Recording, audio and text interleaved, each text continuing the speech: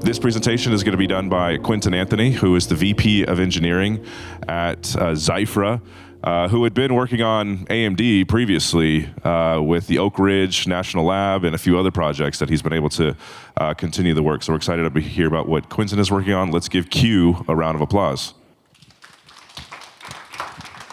Thanks, Jeff. Yeah, as you mentioned, I'm doing AMD for a while. So Oak Ridge National Labs Frontier System, MI300X GPUs, you kind of get used to it early, right? So now I'm still enjoying AMD. So I'll be talking today about GPU interconnects and how to make them go Brrr. So everyone loves to talk about GPUs. I don't blame them. GPUs are very sexy. But in order to keep GPUs going Brrr, everything else has to kind of sort of keep them bottleneck, keep the tokens fed.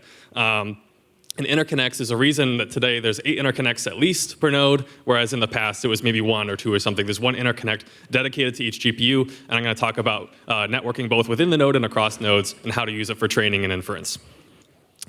Cool, so who am I? What does Zyphra do? Jeff gave the high-level overview, so I'll just skim over this slide. I lead the performance engineering team at Zyphra. We train the LLMs within Zyphra. Zyphra is an open source sort of consortium neo-lab kind of thing. We're trying to train open models in the West on AMD. So we pre-trained Xia 1 base. It was our first sort of model training foray into AMD here. We trained an 8B model on an AMD cluster of 1024 MI300X GPUs, and we wrote a paper about it. So today I'm just going to be talking a little bit about 1 or 2 optimizations from the paper, but if you really care about what it looks like to do inference or training on a full AMD system, you got to read the paper. So we learned a lot about AMD hardware. This is what our AMD hardware looks like. So every single node has 8 GPUs, and you can see each of them has 1 network card dedicated to it. And we also have all of this XGMI intranode interconnect, and I'm going to be talking a lot about those today. And then intranode, we have this 2-level Rails optimized topology. A lot of things need to change from how supercomputers used to be if you want to make AMD go Brrr. So before doing any optimization work, we always need to first deeply understand the hardware we have. So how come send and receive ops show 50 gigabytes per second within a node across 2 GPUs, but collectives hit 320 or more gigabytes per second within the node on MI300X. So the first thing one needs to understand is, why does this graph happen?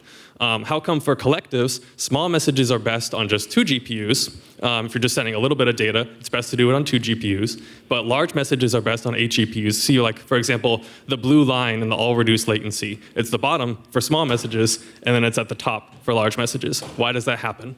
And what can we do about it? So first, I'll talk about NVIDIA. It always scares me a little bit to talk about NVIDIA, these kind of things. I'm scared there's going to be a trapdoor or something up here.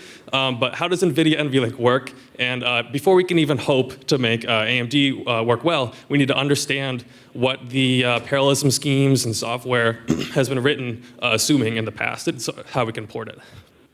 So NVIDIA intranode interconnects are NVSwitch and NVLink. So every single link ends at a switch and not a GPU. That's important because then we can use a crossbar to sort of reconfigure those links and where they go. So if you're going from GPU 0 to GPU 1, you can use all 18 links for that. You'll get 450 gigabyte per second, or something slightly lower than that because of overheads. But what matters is that I can kind of turn my brain off. And a lot of people use this to turn their brains off, to design new parallelism schemes that work for sort of any number of ranks and everything else like that. This no longer works if you're doing on AMD. We need to overcome it. So yeah, like I said, lots of existing parallelism schemes bake this in. We need to understand that if we want to make new parallelism schemes that work for our target hardware, which is AMD. Okay, so AMD Infinity Fabric and XGMI. So how does this work? How does it differ? And how can we change parallelism schemes for training and inference to work well on this hardware?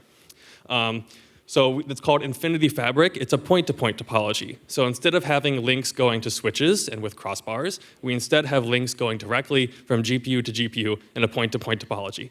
That determines the bandwidth that you have, right? So each one of these links is like a copper link on the baseboard going from one GPU to another, and each one of them can only send 64 gigabytes per second at a time. So if you're just using one link, you're only going to get 64 as your max. You need to use all the links together if you want to get the advertised 450 gigabytes per second and have the same performance that you're expecting from prior switched topology hardware. So we therefore need to be super mindful of parallelism strategies that use less than 8 GPU collective communications or any intranode point-to-point. And this is not just some like trivia fact that you can bring up to your friends or something. Like it's you will very quickly and viscerally see less performance on ring attention, so any sort of context parallelism, which is what we need for super long context lengths that underpin a lot of inference today. We need it for any sort of tensor parallel or expert parallel topologies that we have that are less than 8. So if you have like tensor parallelism 2 on switch topologies, you're fine. On AMD topologies, you need to round that up to 8 and then use that memory for something else that's productive. Okay, so now we're equipped to understand these paper collective numbers, where if you have 2 GPUs, you're sort of there towards like the point-to-point, like you're limited by a single link of XGMI, and then 4 GPUs you double that, and then 8 GPUs you double that again, and you get the full bandwidth of the node. There is like no bad hardware, there's just hardware that you don't understand deeply yet, and you just need to look at things that in terms of flop bytes per dollar, and then maximize your flop bytes. Okay, so always know your message sizes. So like I was saying before, for smaller messages, going across 2 GPUs, you're not bandwidth bound anyway. You don't care that you're not getting the full bandwidth. And there's a lot of overhead from those like set up and tear down of communication that will hurt you. So you should, for small messages, it's fine to do parallelism schemes that are on fewer GPUs. But if you're bandwidth bound, you're doing really large messages for tensor parallelism, for really large models, for example, then you need to make sure that you're using 8 GPUs for all of your communication ops. Okay, so this leads me to co-design number 1. Lots of background to make things, make the design actually clear, is that the first co-design for Xia 1 base is we used expert parallel degree of 8. So we could have fit it with expert parallel degree of 2 and a smaller batch size, but instead we say let's bump up expert parallelism to 8, use a larger batch size to fill the memory, and we get much better performance on our system.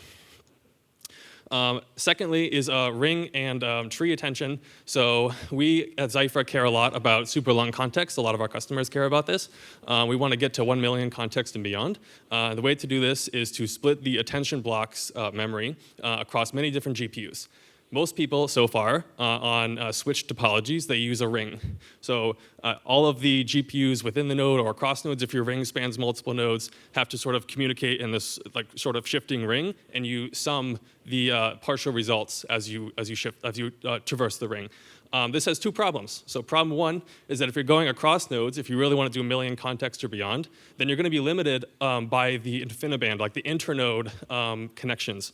So like all the connections within the node are moving at 450 gigabytes per second. The ones across nodes are moving at 25 gigabytes per second. So you're going to be horribly rate limited by those links of the ring across nodes.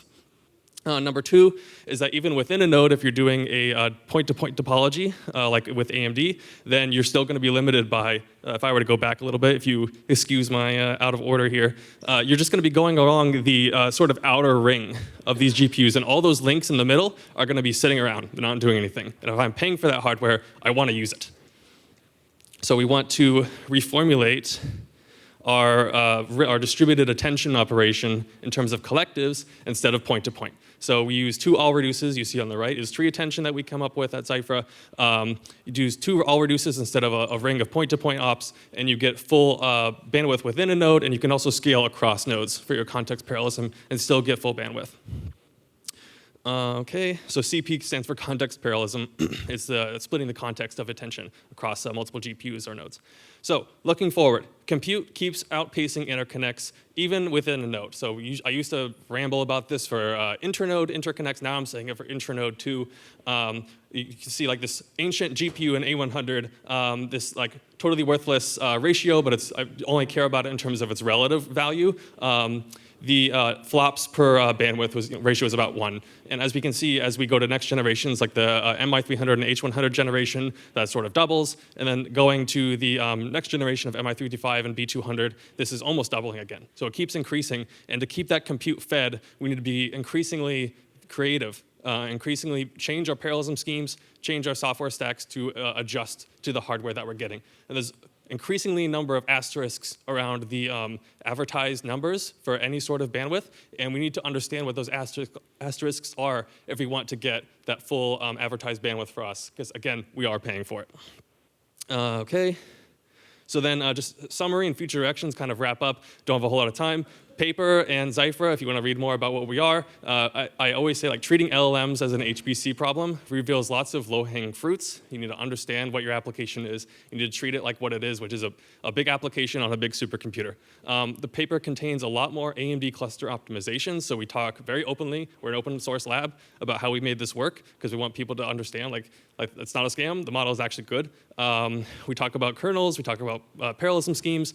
Please give it a read. And in the future, we're going to be upgrading to MI300X GPUs. As I showed you in the previous slide, the gap gets even worse. So we need to make sure that we're keeping those GPUs fed. So I'm spending a lot of my days working on overlap of communication, coming up with new ideas for new parallelism schemes, and keeping things humming.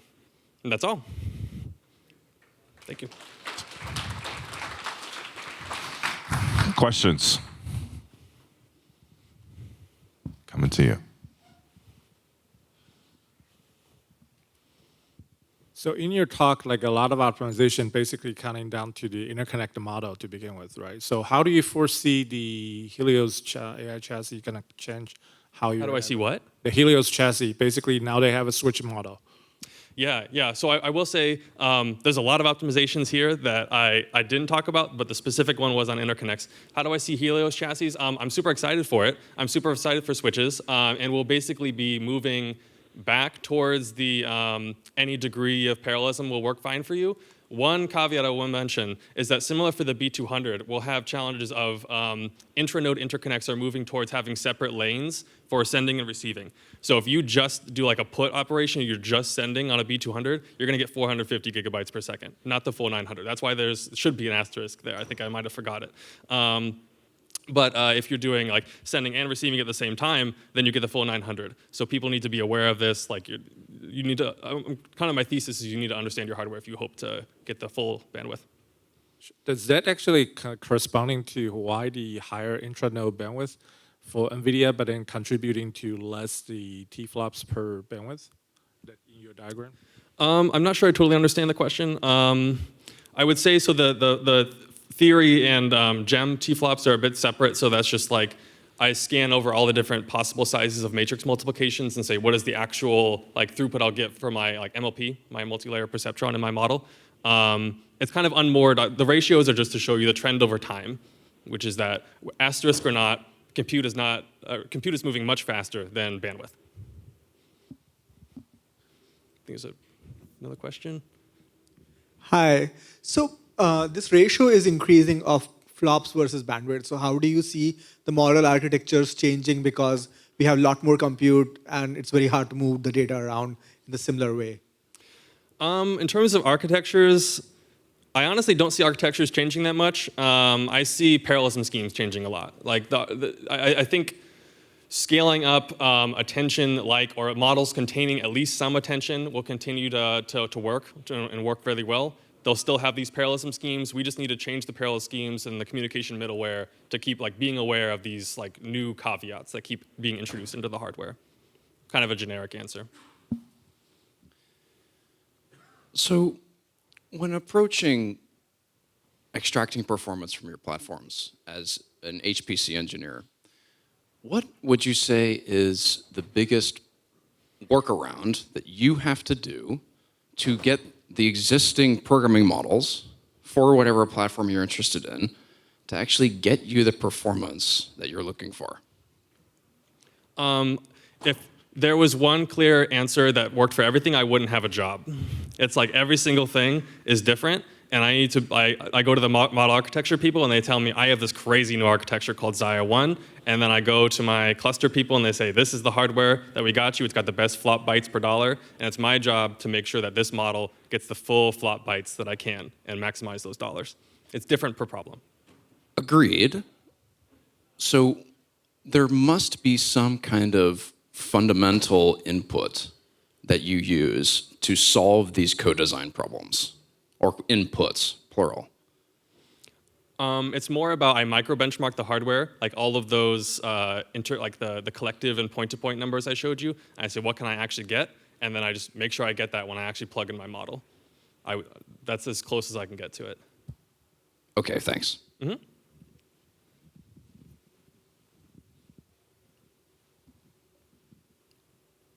So So on inference side, we do have the bottleneck of compute to memory speed ratio, especially when it comes to decoding.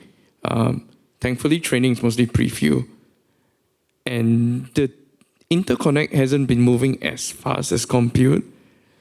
At what point do you feel this starts to break apart? Because it's moving faster than I thought, the ratio. Well, one big point is that I can do less. I don't have to increase my parallelism as quickly as the as flops increase because I also get more VRAM, right? So if I have more HBM available, then I can kind of keep a constant parallelism as long as I'm upgrading my GPUs fast enough, which is probably the point, right? I got to keep buying the newest and best GPUs so I don't have to come up with new parallelism schemes like this. So that's one part. HBM bandwidth is definitely a big one. It's in the paper as well. It's another bottleneck that we have. It's something AMD is very good at, having high bandwidth. But eventually you have enough users on inference and you have big enough models on training that you need to go across GPUs and then you need to understand this. And I don't see it breaking apart. Besides maybe going to lower bits, lower data type bits. Do you think FP2 is going to work? I kind of don't. So we kind of can't keep playing that game, as well as cooling. I don't think we can get past those two. But everything else I'm optimistic about. All right, awesome. Quentin, that's all we have for today. Let's give him a round of applause. Thank you so much. Thanks.